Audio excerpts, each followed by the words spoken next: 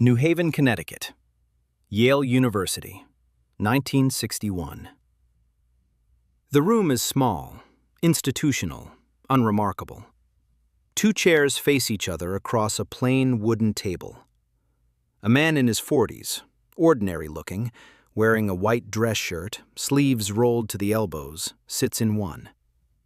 He has responded to a newspaper advertisement offering $4 for 1 hour of participation in a study of memory and learning. On the other side of the wall, behind a one-way mirror, a graduate student takes notes. The experimenter enters. He is calm, official, wearing a gray laboratory coat. He explains the procedure in measured, technical language. One participant will play the teacher. The other, seated in a separate room, visibly strapped to a chair with electrodes attached to his wrists, will play the learner. Every time the learner answers a memory question incorrectly, the teacher will administer an electric shock.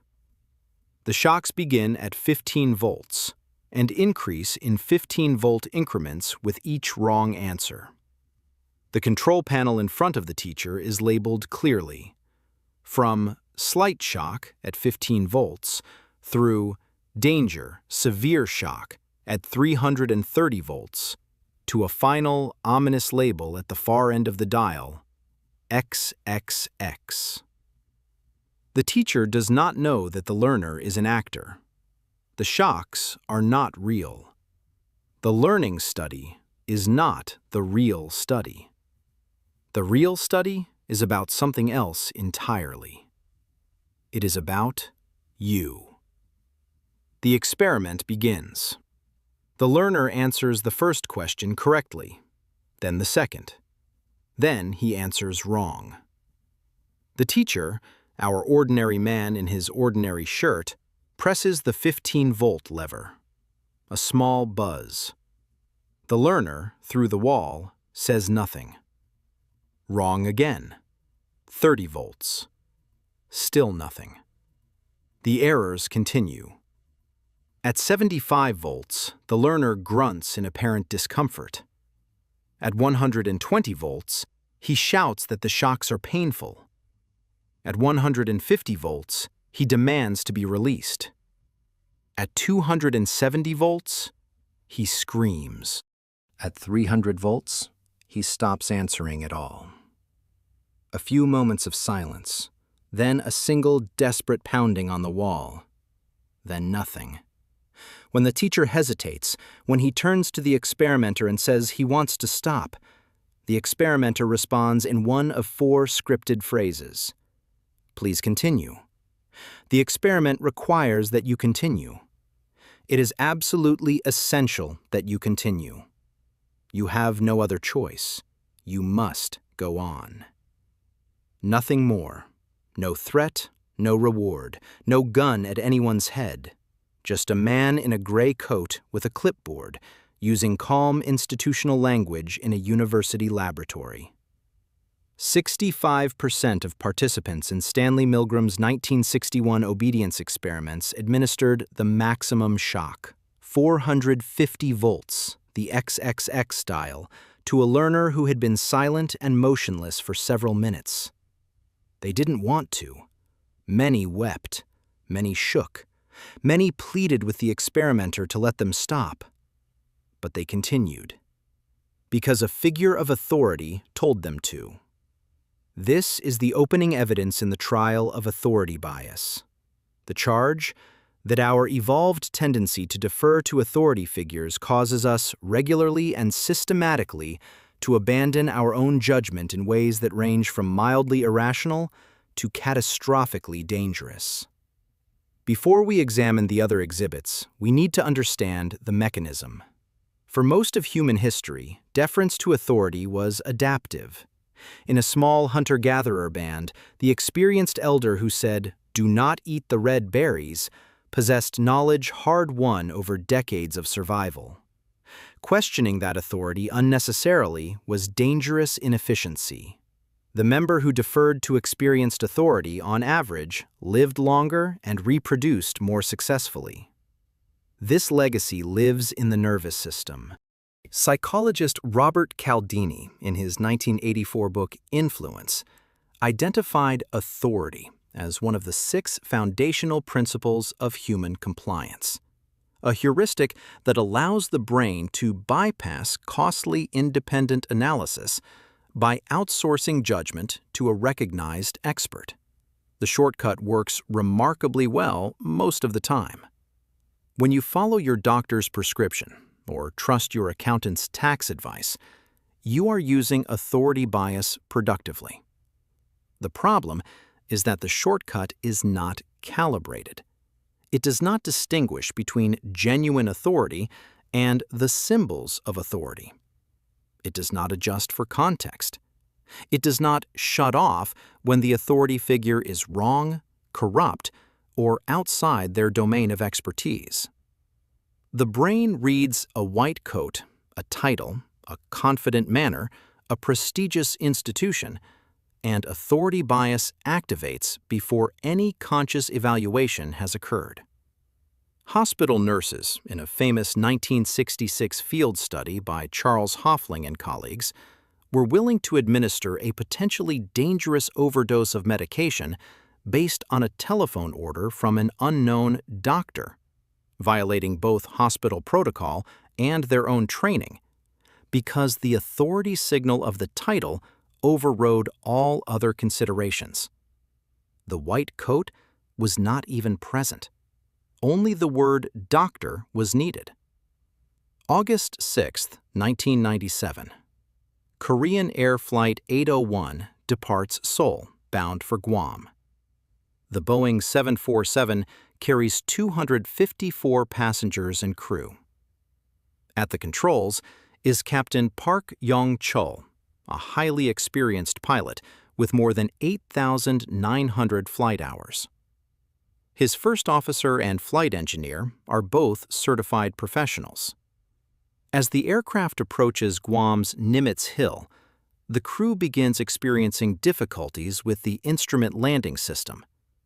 The first officer and flight engineer can see that something is wrong.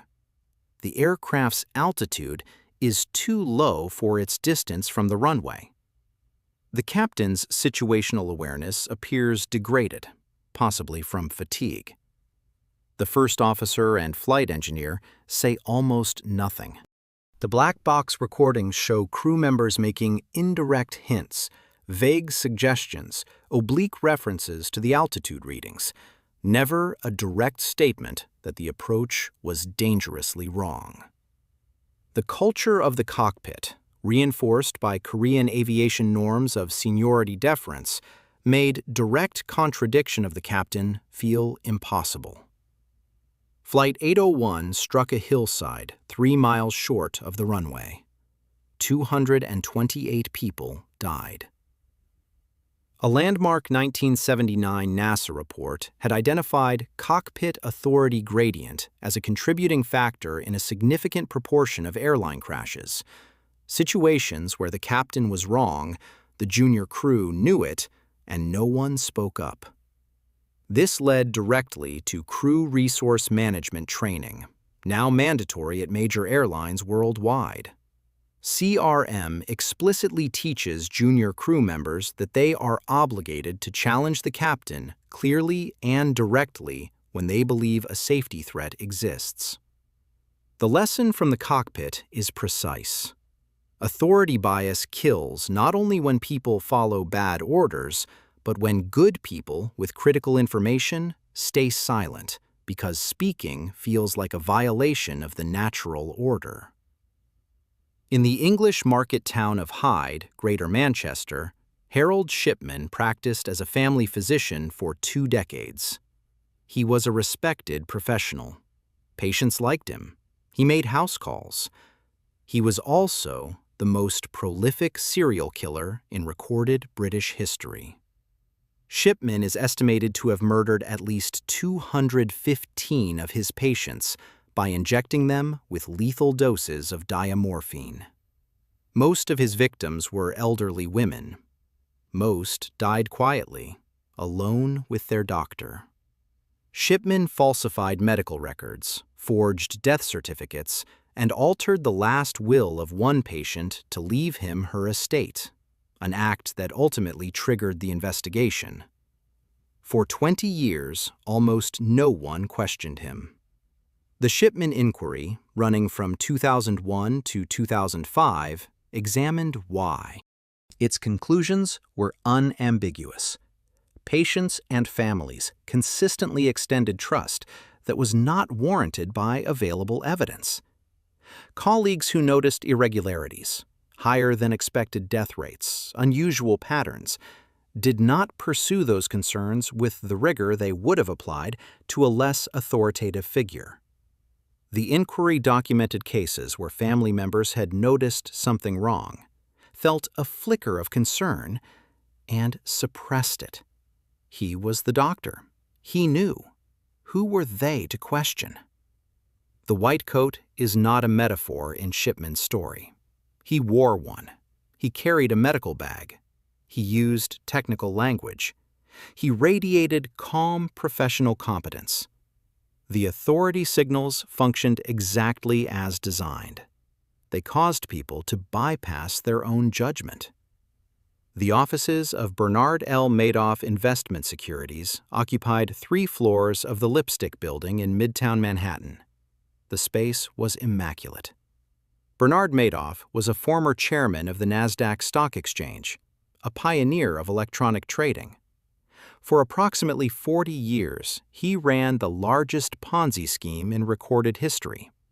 The fraud, exposed in December 2008, totaled approximately $65 billion in fabricated statements.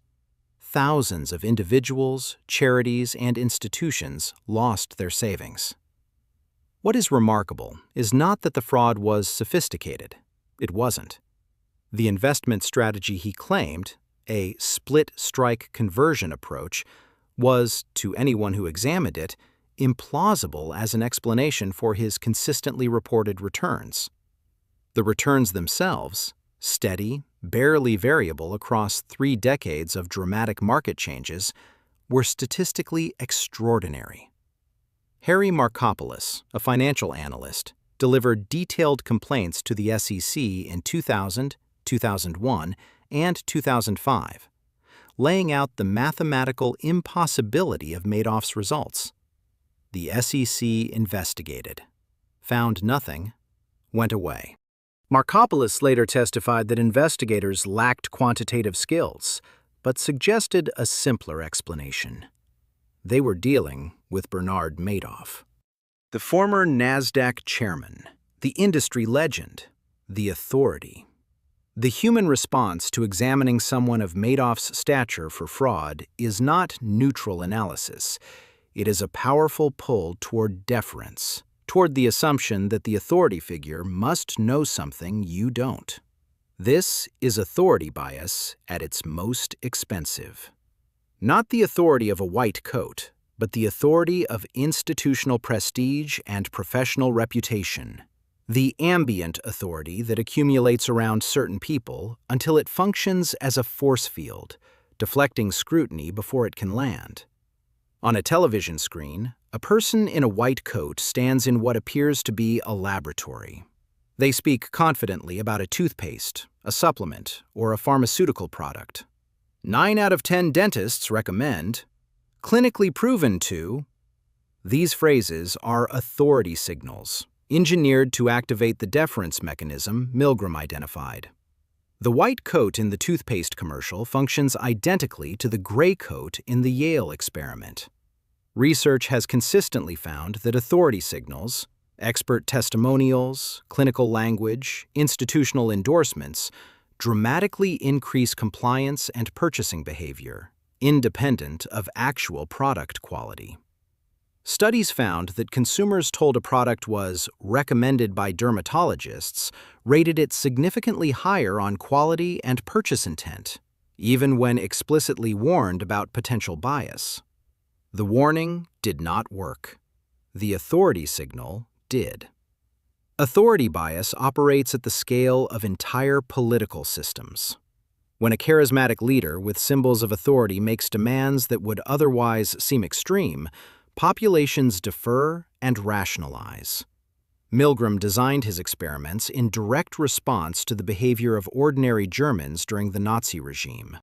Was there something uniquely pathological about German culture, or was obedience something more fundamental? He ran versions of the experiment across the globe. Compliance rates were roughly similar everywhere. Germans were not uniquely obedient.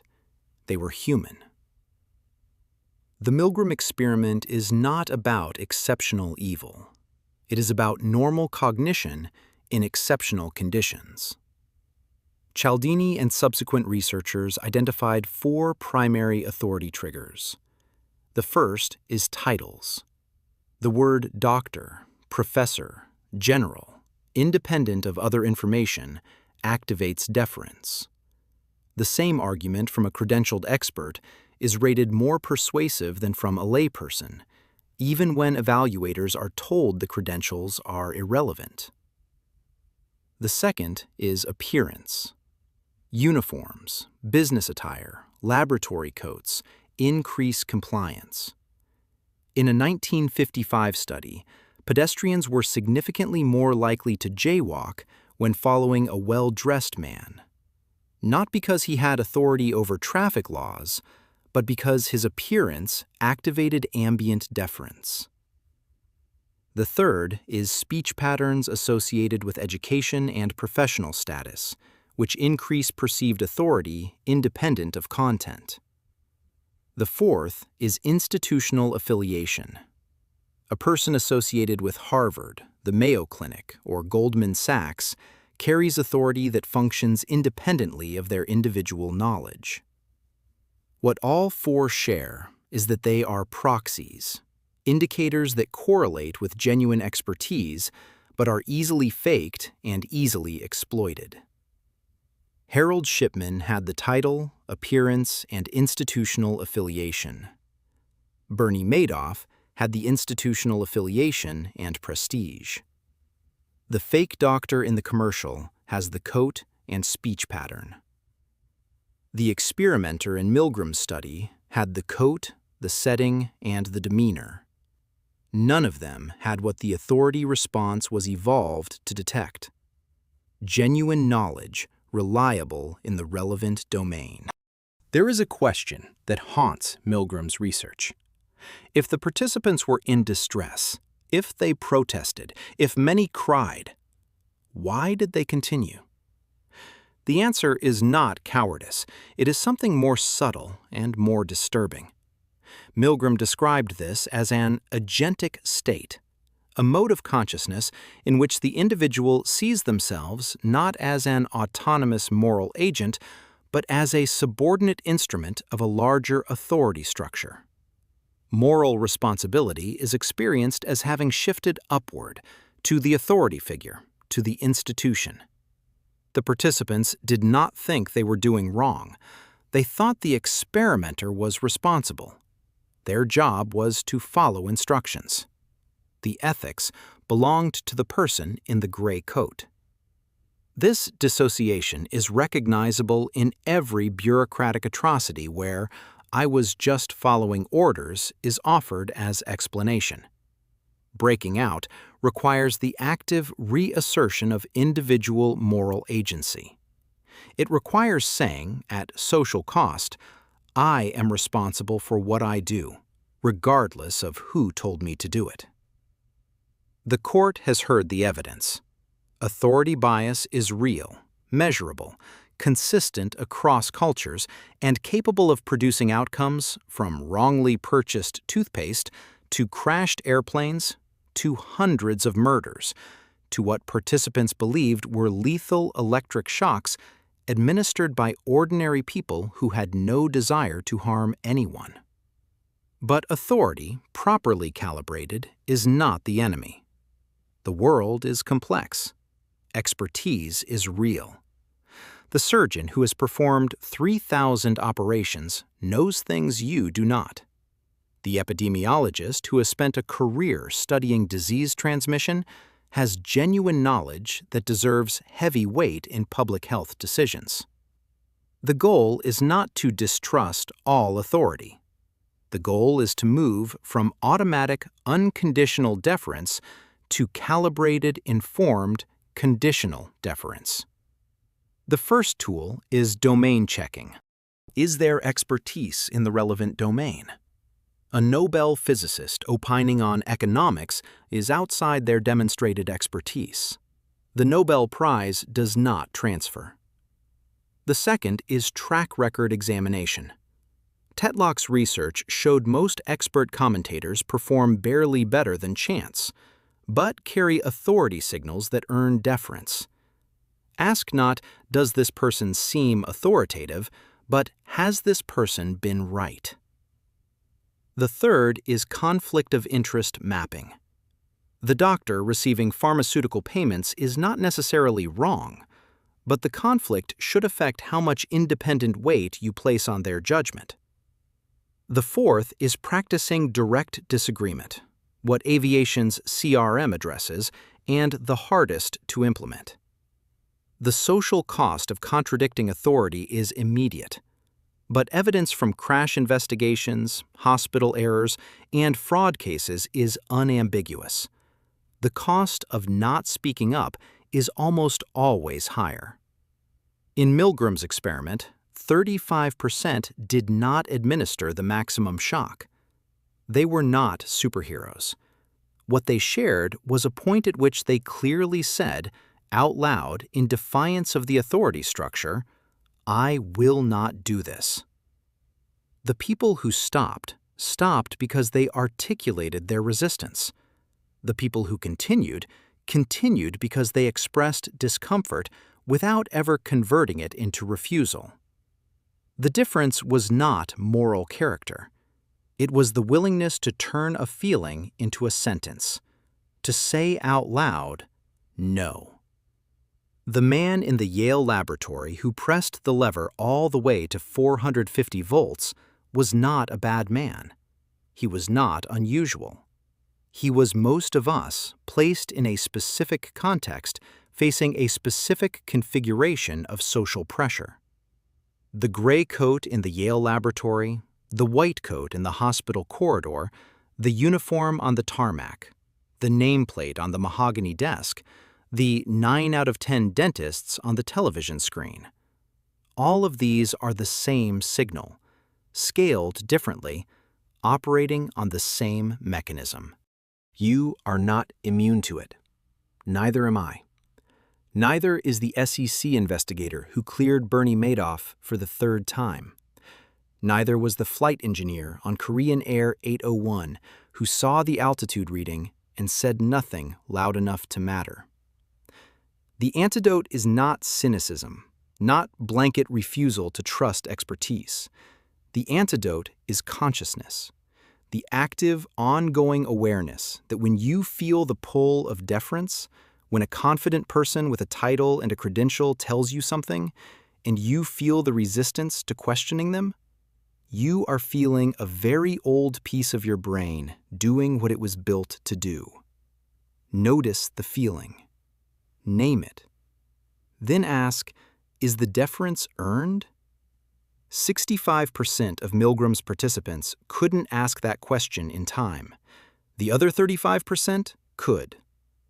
Which one you are is not fixed. It is a choice you make, or fail to make, every time authority speaks.